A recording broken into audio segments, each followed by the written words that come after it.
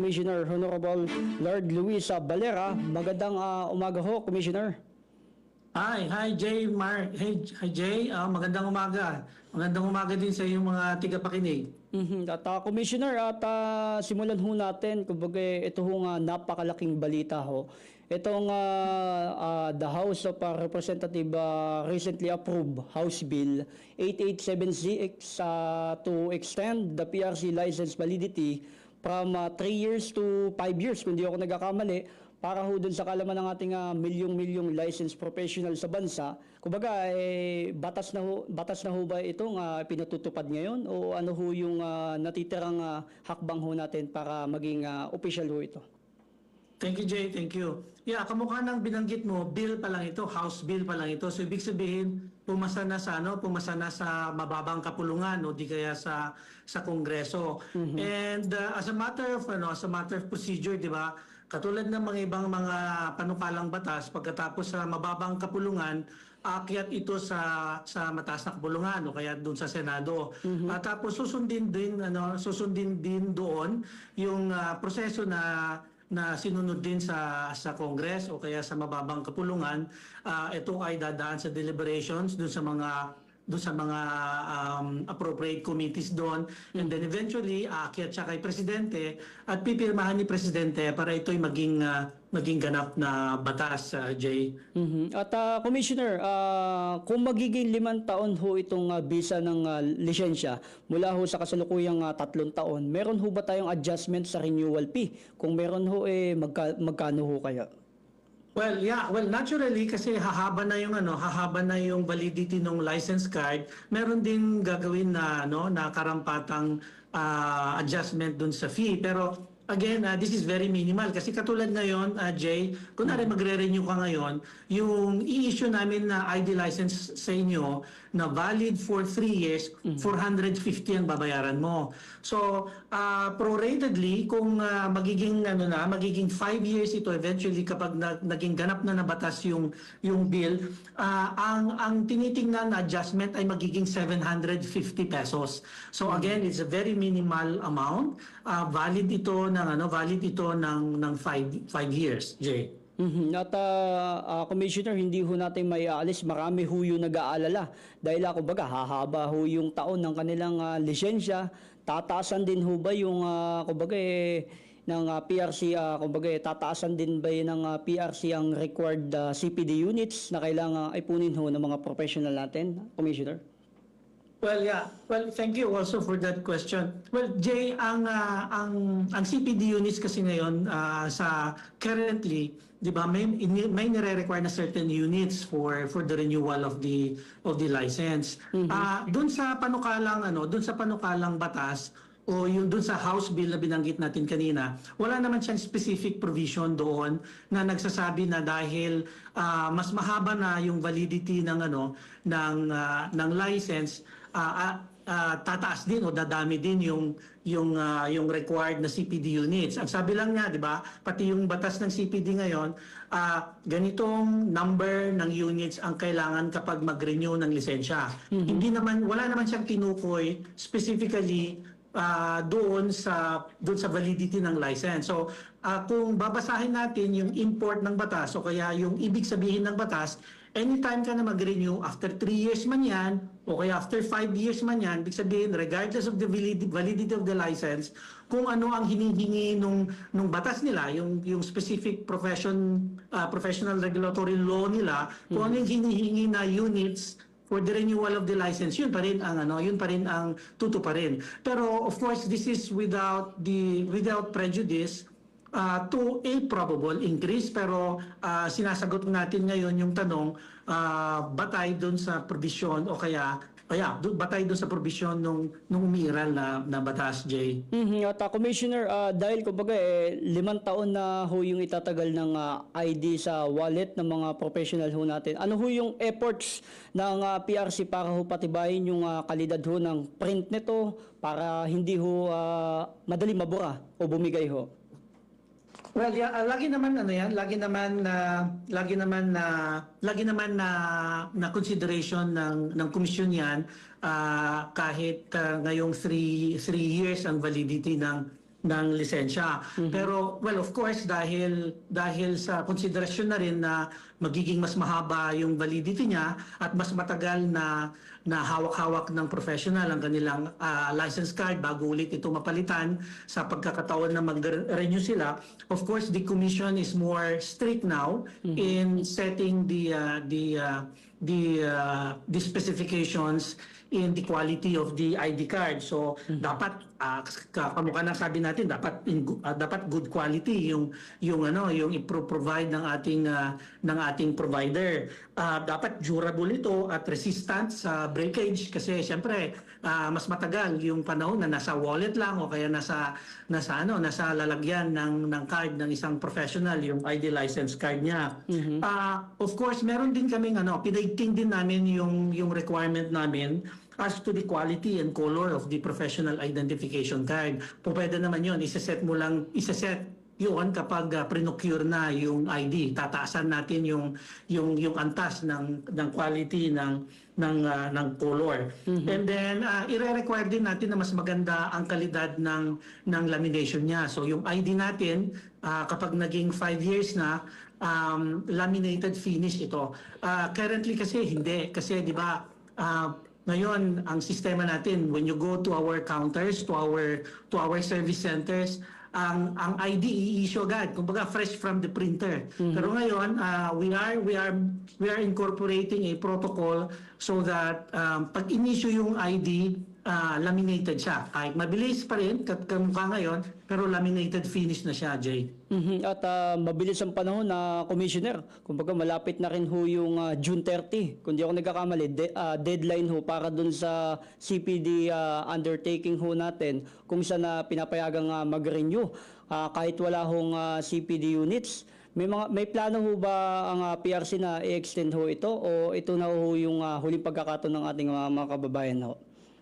Well, kung mapapansin natin in the previous years, Jay, 'di ba yung commission resolution o kaya commission policy on the allowance of an undertaking para makapag-renew yung ating mga professional, lagi yan na isang taon. Pero this year, na yung 2026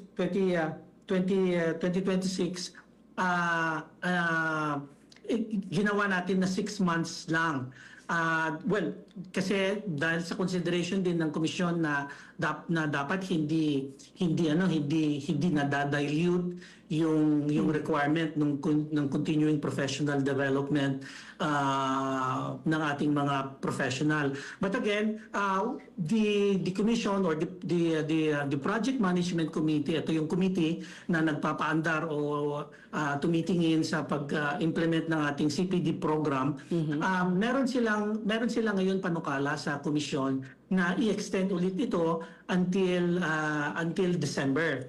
So balik ko kumpletuhin niya ulit yung parang usual na period ng ating undertaking which is 1 year. But Jay, I am mentioning this as a perspective. So hindi pa aprobado itong resolution na ito, but just to answer your question and just to be factual, oo, binabanggit ko na meron panukala ang ating program committee sa komisyon na gagawin ulit i-extend ulit hanggang December. So again, proseso kasi ito, Jay. Of course, it has to go through deliberations also.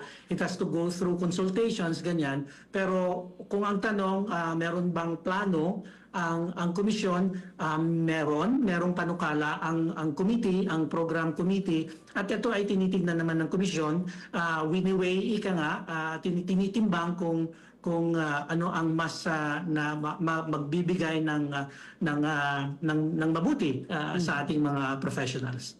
At ito naman, Commissioner, kumbaga dakuan ho natin yung LERES kung tawagin dahil ho siguradong dagsa yung mag-renew pagdating nitong June 30. Paano sinisiguro ng ating PRC na hindi mag-down o magkakaproblema yung LERES sa online system ho natin, Commissioner? Yeah, thank you, Jay. Tama, no? Well, kamukha ng lahat ng digitized or digitalized system or operating system, kung mas madami yung gumagamit, mas madami yung nagla-log-in, meron siyang effect, no? Naglalag yung system. Pero ang commission naman is cognizant of the probability of an increased number of transactions, lalo na yung mga maghahabol nga sa kanilang mga pangangailangan sa aming serbisyo. So ang komisyon naman ay handa, no? Kami ay nag-procure na ng karagdagang server para masigurado lang na kahit dumami ng gusto yung magta-transact sa aming LERIS. Ito yung system namin, transaction system namin, Jay. Dadami man ang gagamit nito, magdadagsama ng gagamit nito, hindi sila makaka-experience ng lag or delay or pag-down ng system. Gawa nga ng si Commission ay handa na nag-procure ng mas madaming server para lang matugunan itong pangangailangan nito, Jay. Oo, at Commissioner, meron ho kami televiewer dito na nagtatanong ho, para naman doon daw ho sa technical problem kung sakaling mangyari ho sa LERIS account o kumbaga sang official na website ho o email o social media page lang pwedeng direktang makipag-ugnayan kung sakaling magkaproblema ho. Yeah, well, we are very proud of telling the public, Jay, no, na ang aming system ay fully digitized na. So kahit anong transaction natin online na. In fact, kahit yung application ng exams natin hanggang sa pag-issue ng ID, hanggang sa renewal at pag-issue ng mga iba't ibang certifications online na kami. Pati pagbayad, ganyan. Kaya wala na kaming mga pila sa aming mga tanggapan. Pupunta na lang yung professional sa aming tanggapan para kunin yung ni-request niya na dokumento, yung ID niya or kung ano man na kailangan niya sa aming opisina. Lahat ito magagawa sa aming website, sa prc.gov.ph. In particular, kung yung may mga problema o kaya may mga kailangan ng clarification or kailangan ng technical intervention, pwede silang mag-login sa crms.prc.gov.ph. Yung CRMS, JI, ito yung aming client management client relationship management service pa. So ito 'yon, parang dito pwede nilang i-upload ang kanilang query, clarification o anuman problema. Meron laging handa na natutugon o sasagot at magbibigay ng clarification sa mga pangangailangan nila. At Commissioner, kung sakali ho may plano ho ba ang PRC na maglabas ng digital version o e-card na pwedeng ipakita na lang ho nila sa kanilang smartphone katulad ho ng digital national ID? Pwede ba yun, Commissioner? Yeah, Jay, matagal na kami na meron yan noong 2023 pa. Ito ay isang tugon ng komisyon noong pandemic kasi 'di ba hindi naman tumitigil hindi naman lalo na yung mga professionals natin na nasa health sector. So, 'di ba sila yung talagang kinailangan noong panahon ng pandemya. So, syempre kailangan din na ma-validate, ma-verify ang kanilang mga credentials. So, isa sa naging unang tugon na programa ng komisyon ay yung aming EPIC o kaya Electronic Professional Identification Card. And this has been coordinated with all government agencies para kunwari kinakailangan nilang ipakita yung credentials nila, in particular yung professional identification card o kaya yung ID license. Pwede yun, hindi na nila kailangan yung actual printout ng ID. Ano pa yan? January 2023 pa, meron tayo niyan, Jay. At kung kunwari, nag-renew sila, diba? Binanggit ko kanina yung digitized na process namin. Kapag nag-renew sila, diba? Pag nakumpleto nila yung proseso, makikita nila doon na available yung e-card, EPIC nila or Electronic Professional Identification Card. Pwede nilang ipakita ito sa lahat ng tanggapan ng gobyerno, pati rin kadamihan sa lahat ng financial institutions, sa mga bangko natin, pwede ito, tinatanggap ito, Jay. At talagang good news ito, Commissioner. Oh, yes. Kumbaga, malaking tulong ho sa ating mga kababayan na kayo na mismo ho yung nagbibigay ng mga makakatulong para sa ating mga lisensyado hong mga kababayan natin. At panghuli na lang, Commissioner, ano ho yung mensahe nyo para sa ating mga OFW at gayon din ho sa mga professionals, lalong-lalo ho sa probinsya para sa mas mabilis nilang pag-renew?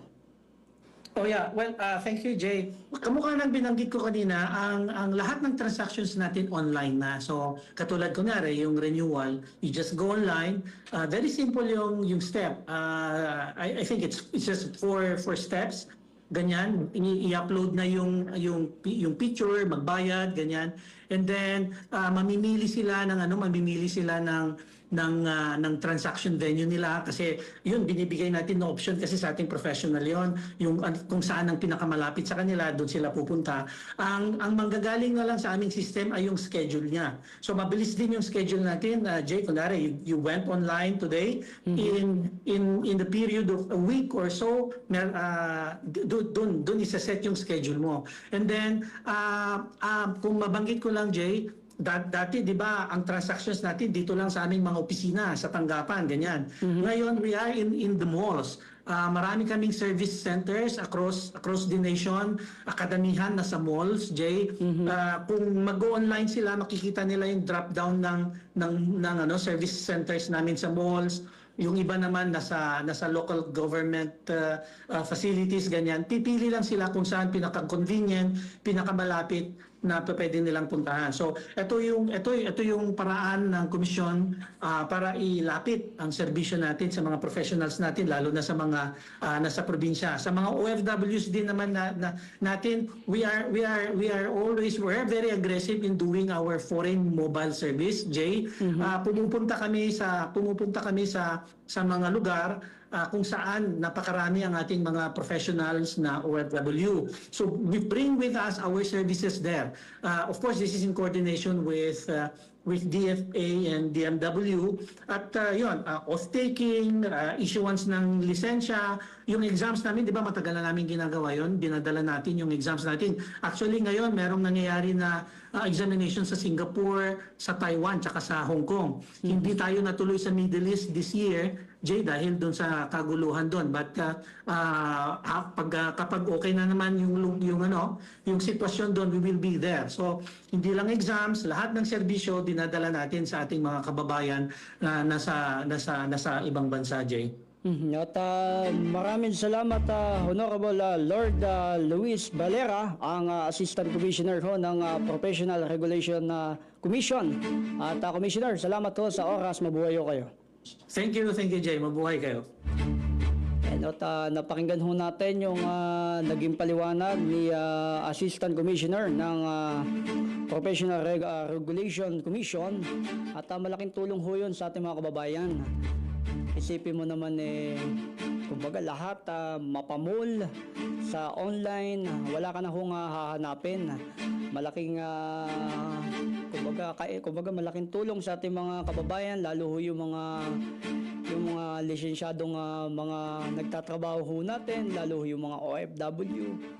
At wala na ho tayong iba pang hahanapin. At yung mga naging programa na ipinakita ho ni Assistant Commissioner ay malaking tulong sa ating mga kababayan.